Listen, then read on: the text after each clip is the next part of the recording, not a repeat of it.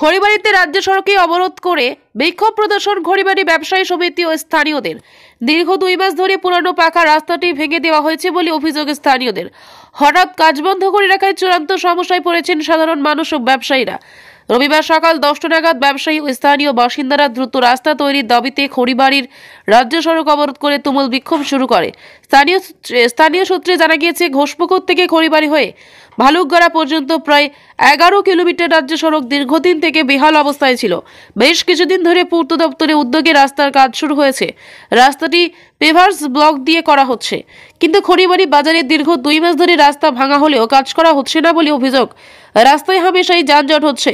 School পড়ুয়া, মাধ্যমিক পরীক্ষার্থী সহ পথ চলতি মানুষ চূড়ান্ত সমস্যায় রয়েছে।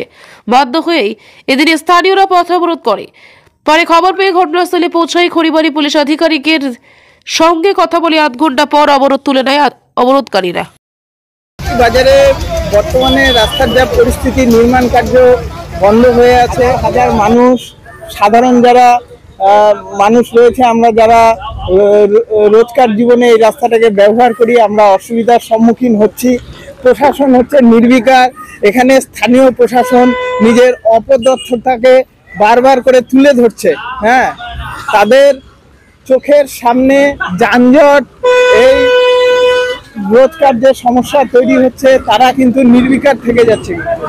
এটা মেনে নেওয়া যাচ্ছে না। প্রশাসনের এই অক্ষমতাকে আমি বারবার দোষের জায়গায় রাখছি।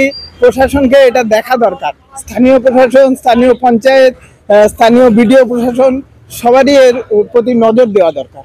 রাস্তা না হওয়ায় কোথাও কি প্রশাসনের ব্যর্থতা পাওয়া যাচ্ছে?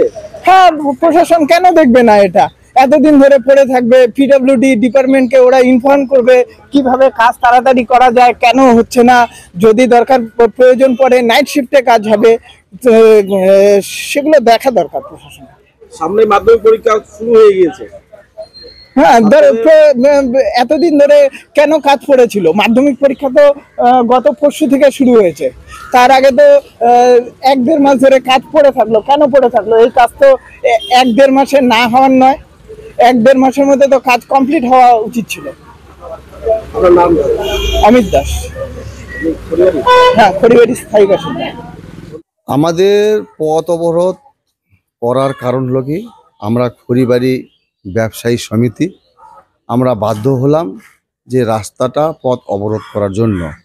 কারণ দীর্ঘ 2.5 মাস হয়ে যাচ্ছে এই রাস্তাটা তৈরি হচ্ছে না। কেন, কি কারণে তৈরি হচ্ছে না?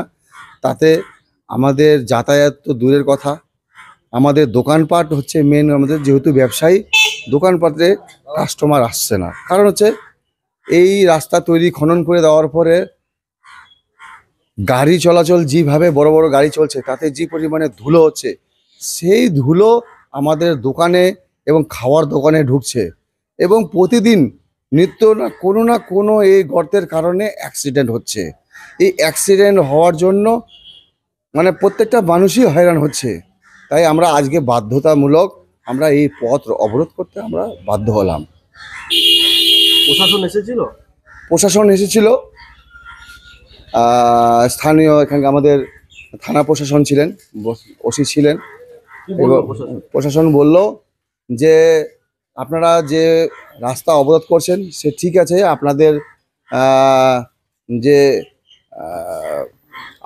আন্দোলনটা, এই আন্দোলন ঠিকই আছে, কিন্তু এখন যে মাধ্যমিক পরীক্ষা হচ্ছে সেই মাধ্যমিক পরীক্ষা অনুযায়ী এখন রাস্তা কিন্তু অবরোধ হয় না।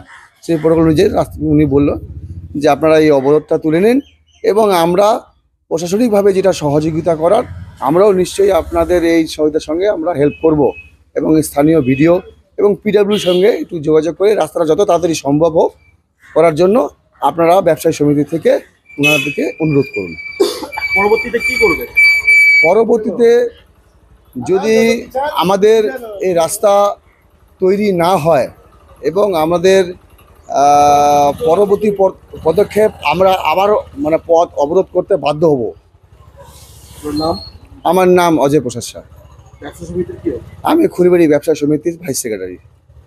আমরা দেখলাম কাজটা শুরু হয়েছিল ভালো বোধহয়, প্রায় বিগত 2-2.5 মাস ধরে কাজটা শুরু হয়েছিল, কিন্তু মাঝপথে দেখি স্কুলের সামনে ওই ইটটা বিছানার পরে দেখি বন্ধ হয়ে গেল। আমরাও এটাতে চিন্তিত ছিলাম যে কাজটা কবে হবে, কারণ মানুষ এত ধুলাবালি হয়ে যাচ্ছে, মানুষ ব্যবসায়ীরা থেকে আরম্ভ করে পথচারী যারা আছে তারাও অতিষ্ঠ হয়ে গেছে আর কি। তো আমি পথ অবরোধের কথা শুনে আমি আমাদের ভূমি কর্মাধ্যক্ষ কেশরী মনকেও ফোন করলাম, যেরকম পথ অবরোধ হচ্ছে রাস্তা নিয়ে।